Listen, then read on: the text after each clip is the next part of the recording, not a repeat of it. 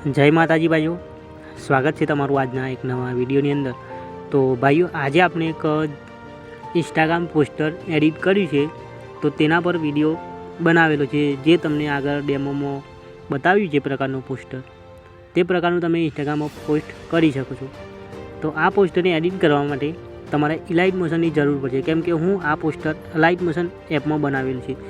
તો તમારે elite motion એપને ઓપન કરી દેવાની। એપ ઓપન થઈ જાય એટલે તમારે પ્રોજેક્ટ પર આવી જવાનું।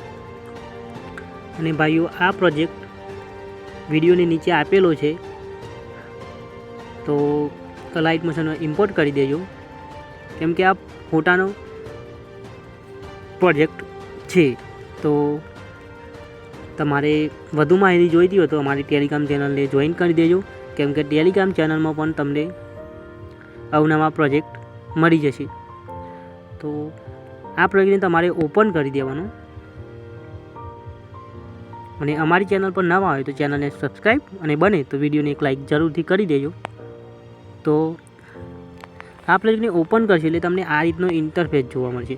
તો ભાઈઓ, આમાં તમારે માતાજીનો ફોટો એડ કરવાનો, તમારે જે માતાજીનો ફોટો એડ કરવો હોય તે માતાજીનો ફોટો એડ કરી શકો છો। તો ભાઈઓ, ફોટો એડ કરવા માટે આ ફોટો એડ કરો લેયર પર ટેપ કરી દેવાનો, અને એડિટ ગ્રુપમાં જઈ માતાજીનો ફોટો એડ કરવા માટે પ્લસના આઇકન પર ટેપ કરી મીડિયા પર જઈ માતાજીના ફોટા જે ફોલ્ડરમાં હોય તે ફોલ્ડરને તમારે સિલેક્ટ કરી માતાજીનો ફોટો એડ કરી દેવાનો,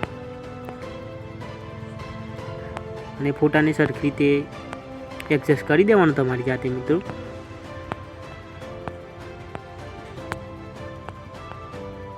આ રીતે। અને ભાઈઓ, તમને આ ફોટો તમારે જોઈતો હોય તો તમને ટેલિગ્રામ ચેનલમાં મળી જશે, તો ટેલિગ્રામ ચેનલને પણ જોઈન કરી દેજો। તો આ રીતે ફોટો સેટ થઈ જાય એટલે તમારે જે માતાજીનો ફોટો એડ કર્યો હોય તે માતાજીનું નામ અહીંથી બદલી નાખવાનું। અને ભાઈઓ, જે આ લેયર લખેલું છે માસી ગોતર આપને અને આપના પરિવારને સુખ શાંતિ અને સમૃદ્ધિ તંદુરસ્તી અર્પે એ જ પ્રાર્થના, તેમાં પણ તમારે નામ બદલવું પડશે। જે માતાજીનો ફોટો એડ કર્યો હોય તે માતાજીનું નામ અહીં એડ કરી દેવાનું। તો તમારે માતાજીનું નામ અહીંથી એડ કરી દેવાનું।